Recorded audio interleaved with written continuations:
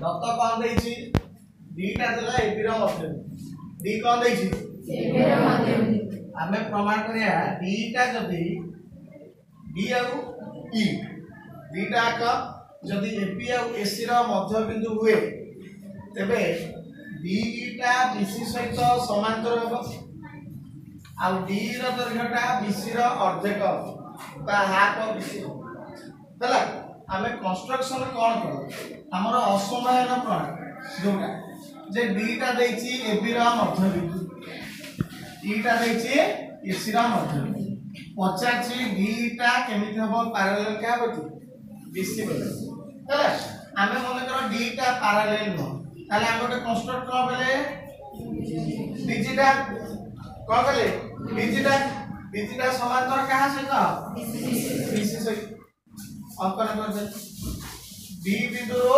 BC प्रति समांतर अंकित समांतर रेखा एसी को जी बिंदु रे छेद करू बुझेला ना बुझेला नहीं हैला क्या पर पाइबा हमें आ पूर्व उपपाद्य रे पढ़ी थिले एबीसी त्रिभुज रे यदि डीटा एबी रो मध्य बिंदु हुए आ तृतीय बाहु सहित समांतर रेखाखंडटी अन्य बाहु कोन करबो समद्विखंड करबो जेतु डीटा एबी रो मध्य बिंदु बीसीटा पैरेलल होचे बीसी implies that g टा कोन हबो एसी रो मध्य बिंदु g टा कोन हबो एसी रो मध्य बिंदु यदि g टा एसी रो मध्य बिंदु तत्व कोन अछि e टा होचे एसी रो मध्य बिंदु किंतु हमें एठी देखुचे कोन बीसी पैरेलल हबरु g टा कोन होची एसी रो मध्य बिंदु ताने हमें एठी कोन धरिबा जे g आ e गोटिए बिंदु हबो भिन्न बिंदु हबो कि हबो नै अर्थात g और e एक ओ अभिन्न तबे ये बीसी टा पैरेलल बीसी जी जे ई से ताले डी टा पैरेलल बीसी ना नै प्रथम टा बुझेला डी टा पैरेलल बीसी हेला परे हमें कोन करले